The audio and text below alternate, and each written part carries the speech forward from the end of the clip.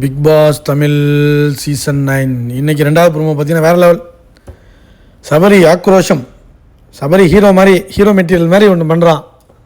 அது நடித்து பண்ணுறானா நடிக்காமல் பண்ணுறானான்னு தெரில. ஆனால் ஒரு கண்டென்ட் கிடச்சிருச்சு. சரி நீங்கள் முடிவு பண்ணுறோம்டா, எல்லோரும் கண்டென்ட் கொடுக்குறீங்களாடா, இந்த நானும் கொடுக்குறேன்டாங்கிற மாதிரி பொங்கி எழுந்துட்டான். பாட்டிலெல்லாம் தூக்கி தூக்கி கீழே போட்டிருக்கு பாரு. பையன் ரொம்ப நேரமாக முன்னாடி உட்காந்து பார்த்துருப்பான் போல். என்னடா எல்லோரும் குதிக்கிறாங்க, நம்ம எப்படா குதிக்கிறதுன்னு ஆரம்பிச்சிட்டான். குதிக்கிறது மட்டும்தான் பொறுங்க, இன்னும் சென்சிபிளாக என்ன வருதுன்னு தெரிலல. எபிசோட் பார்த்தா தானே தெரியும். தம்பி என்னென்னா நல்லா தான் கேள்வி கேட்குறான். கொஞ்சம் ஒரு ஹீரோயிக் மெட்டீரியல் மாதிரி தான் பண்ணுறான். பட் எதுக்காக பண்ணுறான்னு தெரியணும்ல. அது எபிசோட் வரும்போது தான் தெரியும். பாட்டில் வீசிட்டாங்க. ஒர்க்கர்ஸ் ஓனர்ஸ் நான் பார்த்துட்டேன். அவங்க தூக்கி போட்டாங்க, கிராக்குன்னு சொல்லி தூக்கி போடுறாங்க. தூக்கி போடுற பாட்டில் திரும்ப உடையுமா உடையாதா அப்படின்னு கேட்குறான். நியாயமாக தான் கேட்குறான். ஏண்டா நீ நியாயமாக கேட்குற, வேறு யார்ட்டையும் இந்த நியாயத்தை கேட்கலையடா, பாருக்கிட்ட மட்டும்தானே கேட்குற, வேறு யார்ட்டையும் கேட்க மாட்டேறிய. அன்பு கேங் மாதிரி போய் படுத்துறிய. அதானே பிரச்சனை. ஏன் தூக்கி போடுறீங்க அப்படின்னு கேட்குறாங்க. இவன் சொல்கிறான், என் பாட்டிலெலாம் கொடுத்துருங்க, நான் தூக்கி போட வேண்டாம்னு சொல்கிறேன். இல்லை, இந்த மாதிரி கொஞ்சம் கிராக் இருந்தாலே நம்ம இதை ரிஜெக்டான பண்ணிக்கிட்டு இருக்கோம். ஆமாம் பண்ணிக்கிட்டு இருக்கீங்க. இந்த மாதிரி வேறு எதுவும் எக்ஸாம்பிள் இந்த மாதிரி கிராக் உள்ளதெல்லாம் என்கிட்ட கொண்டு வராதிங்க மேடம், கியூசி மேடம்ங்கிறான்.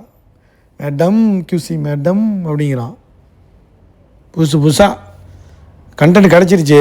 இதை வச்சு ஏதாச்சும் பண்ணலான்னு பிளான் பண்ணால் நல்லா மாட்டிடுச்சு. கனியக்காக்குள்ள மரியாதை கிடையாது. நானே இறங்கண்டா களத்துலன்னு தலைவன் இறங்கிட்டான். இதில் என்னன்னு தெரில, இவர் திருன்னு முடிச்சுக்கிட்டு இருக்கார் திவாகர்.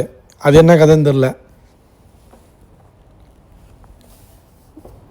நாங்கள் நீங்கள் சொல்லிக்கிட்டு இருப்பீங்க, அதுக்கப்புறம் கியூசி தான் எல்லாமே பண்ணுறதுலாம் தப்புன்னு சொல்லிகிட்டு இருக்காங்க சார், பிரகாஷ் ராஜ் சார் அப்படிங்கிற மாதிரி பாரு சொல்கிறாங்க.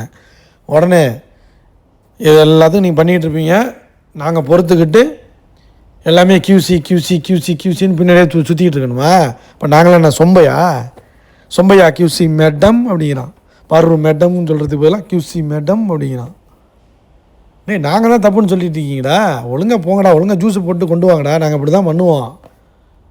என்ன நான் தான் நேற்று பண்ணல, அது திரும்பியும் நீ கண்டென்ட் நீ க்ரியேட் பண்ணணும்னு பார்க்குற. நேற்று அவன் போட்டு உடச்சிட்டான் கலை. இன்றைக்கி நம்ம என்ன பண்ணலாங்கிறத பிளான் பண்ணி பொறுமையாக இருந்து எல்லாத்தையும் பார்த்து பண்ணி அப்புறம் வர்ற. நீ கொஞ்சம் ஃபேக்காக தான் இருக்க, இருந்துட்டு போ.